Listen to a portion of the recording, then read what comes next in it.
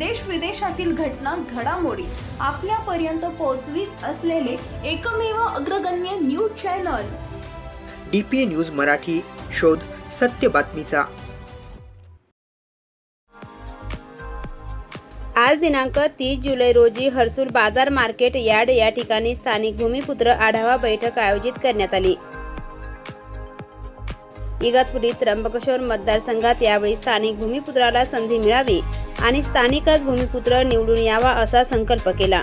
यावेळी त्र्यंबकेश्वर तालुक्यातील इच्छुक उमेदवार रवींद्र भाऊ भोये व इगतपुरी तालुक्यातील इच्छुक उमेदवार गोपाळ लहांगे यांनी आपली भावना जनतेसमोर व्यक्त केली। स्थानिक भूमिपुत्र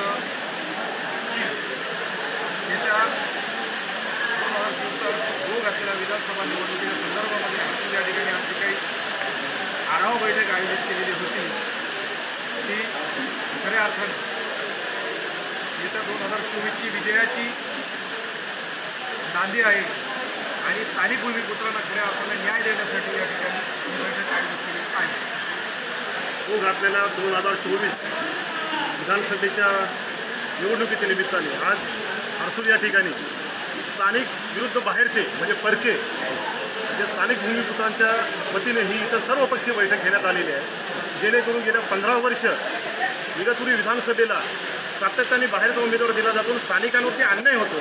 त्या दृष्टीने ही आढावा बैठक सर्वपक्षीय घेण्यात आली, त्या जेणेकरून स्थानिक भूमिपुत्राला ह्या माध्यमातून न्याय मिळेल अशा आज ही बैठक आयोजित केली होती।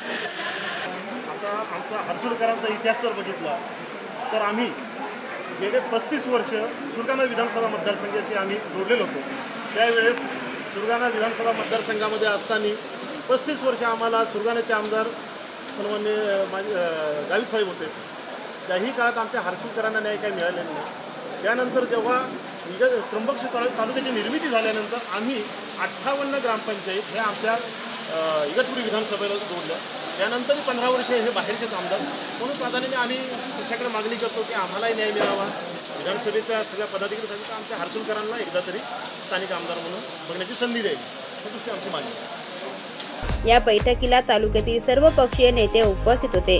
यावेळी मान्यवर माजी आमदार गांगड बाबा, ज्येष्ठ नेते भिवा बाबा महाले, इगतपुरी तालुका अध्यक्ष संपतजी काळे, माजी जिल्हा परिषद सदस्य लक्ष्मण माळेकर, युवासेना उपजिल्हाध्यक्ष मिथुन भाऊ राऊत, माजी सभापती इगतपुरी अनिताताई घारे, डॉक्टर रघुनाथ भोये, भाजपा तालुका अध्यक्ष विष्णुभाऊ दोबाडे, भाजपा जिल्हा सरचिटणीस जयरामजी भुसारे, ज्येष्ठ नेते विष्णू खाडे, आदिवासी कार्यकर्ते सोमनाथ भाऊ घारे, सरपंच काशीनाथ वळवी, उपसरपंच लखलाख शेख, नितीन लाखन, रितेश गुनगुने, अल्पसंख्याक तालुका अध्यक्ष मुख्तार शेख, सय्यद भरत खोटरे, बिरसा मुकणे, हर्सुल शहर प्रमुख अशोक लांगे, प्रकाश बोरशे, जयराम बदादे, नारायण बदादे, दीपक बदादे, रमेश उदार, सुरेश गायकवाड, अंबादास गायकवाड, अंबादास बोरशे, सरपंच विष्णू बेंडकोळी, भास्कर धोंगडे, भरत महाले, बाजीराव लहांगे, राजेश घोटे, बाळू लहांगे, संतोष लहांगे,